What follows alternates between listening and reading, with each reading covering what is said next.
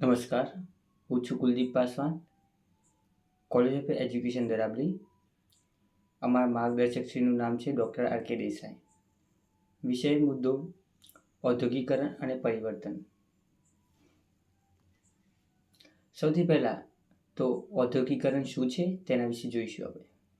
ઔદ્યોગિકરણ એટલે મશીનો અને ટેકનોલોજીનો ઉપયોગ. મશીનો અને જે ટેકનોલોજીનો ઉપયોગ દ્વારા જે કામ કરવામાં આવે, જે સ્પીડમાં વધારે ઓછા સમયમાં વધારે પડતું કામ થાય એને ઔદ્યોગિકરણ કહે છે.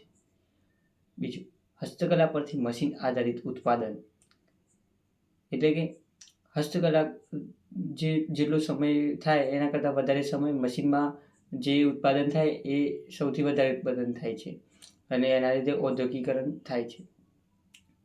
ઉત્પાદન ક્ષમતા વધે છે ઔદ્યોગિકરણના લીધે. ઔદ્યોગિકરણનો પ્રભાવ શું છે એ જોઈશું આપણે. તો સૌથી પહેલાં દરેક માનવીનો વિકાસ થાય અને આર્થિક વિકાસ થાય છે, જેમાં માનવી પોતાના સુખ સગવડો પ્રાપ્ત કરી શકે છે. વધારામાં કે શહેરીકરણનો ખૂબ મોટા પ્રમાણમાં બહોળો થાય છે. શહેરીકરણ વધી રહ્યું છે અને રોજગારીમાં વધારો થાય છે. દરેક અત્યારે જોઈએ તો શહેરમાં જઈએ તો આસાનીથી નોકરી મળી જાય, જ્યારે ગામડા કે બીજા કોઈ નાના જે એરિયા હોય ત્યાં જલ્દીથી નોકરી મળતી નથી, કેમ કે ત્યાં કમાવાના સ્ત્રોત બહુ ઓછા હોય છે અને વ્યવસાયના ખૂબ જ ઓછા સ્ત્રોત હોય છે, જ્યારે શહેરમાં ખૂબ વધારે પડતા કમાવાના સ્ત્રોત મળી રહે છે. રોજગારીમાં પણ ખૂબ જ વધારો થાય છે. જીવનશૈલીમાં પણ પરિવર્તન આવે છે. જ્યારે ગામડાનું જીવન એકદમ સાદું જીવન અને કોઈ દેખાદેખી ના હોય, જ્યારે ઔદ્યોગિકરણમાં જે જીવનશૈલી આવે એમાં ખાસું બધું પરિવર્તન આવે છે કે એમની લાઈફ એકદમ સ્પીડવાળી થઈ જાય છે, જેમાં લોકોનું જીવન ખબર નહીં કેવી રીતે પોતે બસ પૈસા જ કમાવે એના પર આધાર હોય છે. લોકશાહી વિચારસરણીમાં પરિવર્તન. લોકશાહી વિચારસરણીમાં પરિવર્તન એટલે લોકશાહીમાં કેવી રીતે પરિવર્તન આવ્યું છે. વ્યક્તિગત સ્વતંત્રતા વધે છે. આર્થિક રીતે જે નબળા હોય અને શહેરમાં જાય અને પોતે કમાય એટલે એ વ્યક્તિગત પોતે સ્વતંત્રતા વધે.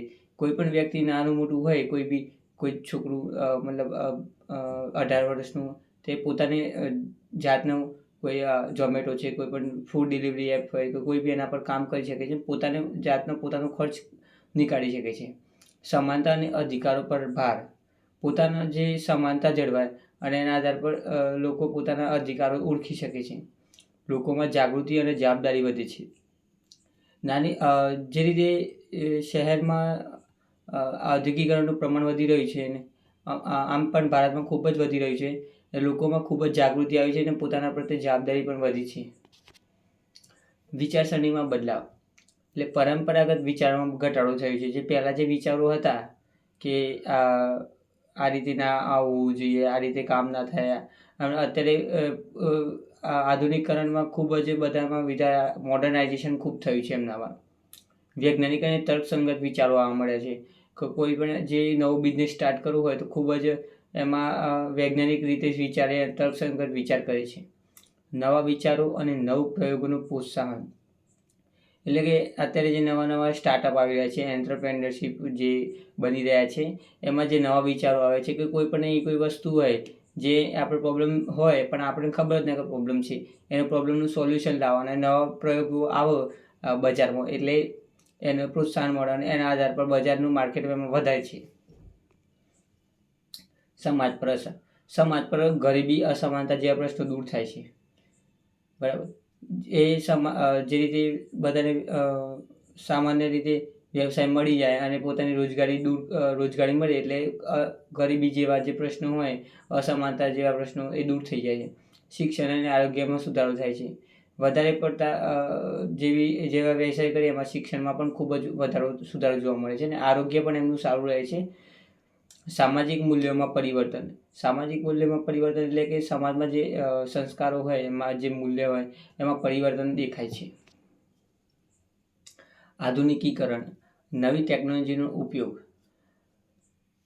આધુનિકરણ એટલે નવી ટેકનોલોજી કે અત્યારે જે કોમ્પ્યુટર આધારિત જે નોલેજ હોય છે, આઈટી સેક્ટર છે કે કોઈ પણ જે મોટા મોટા મશીનો દ્વારા જે રીતે કે ChatGPT છે કે પછી એમના દ્વારા અત્યારે ખૂબ જ વધારે પડતો ઉપયોગ થયો છે. પછી જીવનશૈલીમાં આધુનિકતા. અત્યારે દરેક સમયે કોઈ પણ વ્યક્તિ એવું ના હોય કે એની જોડે ફોન ના હોય. દરેક જોડે ફોન તો હોય જ છે. એટલે જીવનશૈલીમાં ખૂબ જ ટેકનોલોજીનો ખૂબ જ વધારે પડતો ઉપયોગ થાય છે અને આધુનિકીકરણ થાય છે. લોકોને એકબીજા સાથે જોડાઈ રાખે છે, એટલે કે વૈશ્વિક જોડાણ. આધુનિકીકરણ એટલે કે આપણે કોઈ પણ દેશના કોઈ પણ બીજા ખૂણે બેઠા હોય અને વિદેશમાં કોઈ પણ ખૂણે આપણે ફોન કરવો હોય તો તરત જ જોડાણ થાય છે. એ ઓન ધ સ્પોટ જે કોઈ પણ મેસેજ પહોંચાડવો હોય કે કોઈ પણ વાતચીત કરવી હોય તો થઈ શકે છે. એટલે વૈશ્વિકનું ખૂબ જ સરખી રીતે જોડાણ થાય છે. ઔદ્યોગિકરણ અને આર્થિક વિકાસ. ઉત્પાદન અને આવકમાં વધારો. ઔદ્યોગિકરણ અને એના લીધે ઉત્પાદન અને આવકમાં ખૂબ જ વધારો છે કે નાનો જો કોઈ પણ વ્યવસાયી માણસ હોય, જો એ કોઈ પણ એક દુકાન હોય એમાં પોતાના જે ટેકનોલોજીનો ઉપયોગ કરે અને પોતાની એક એપ બનાવે કે આ મારી દુકાનમાં આટલું છે અને પોતાના અથવા કોઈ એવું ઇન્સ્ટાગ્રામ પર કે ફેસબુક પર કે યુટ્યુબમાં પોતાનું પેજ બનાવે, અમારે અહીંયા આ રીતે મળે છે, આ રીતના આટલા ભાવમાં, અને એ રીતે પોતાના આવકમાં વધારો કરે છે. એટલે વધારે પ્રમાણમાં વ્યક્તિઓ મતલબ ગ્રાહકો તેની જોડે આવે અને એનો આવકમાં ખૂબ જ વધારો થાય. એના લીધે ઉત્પાદન પણ ખૂબ જ થાય છે. રોજગારી તકોમાં વૃદ્ધિ. એટલે કે રોજગાર તો ખૂબ જ મળી જાય. એના લીધે રોજગાર વધી જાય.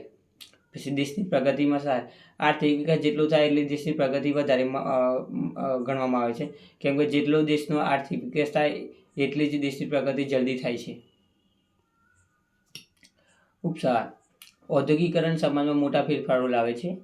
એ બહુ મોટા ફેરફારો છે. જેમ કે જ્યારે મનમોહન સિંહની સરકાર હતી ત્યારે ભારતને વૈશ્વિકીકરણમાં ઔદ્યોગિકરણ તરફ લઈ જવામાં આવ્યું. જ્યારે બજારીકરણ ખોલવામાં આવ્યું અને આખું બજાર, ભારતનું બજાર આખા વિશ્વ દુનિયામાં માટે ખોલવામાં આવ્યું. ત્યાંથી ઘણી બધી કંપનીઓ ભારતમાં આવી અને અત્યારે ખૂબ જ મોટા પ્રમાણમાં ભારતમાં ઔદ્યોગિકરણ ચાલી રહ્યું છે અને ખૂબ જ સક્સેસફુલ છે. વિકાસ માટે જરૂરી પરંતુ સંતુલન જરૂરી.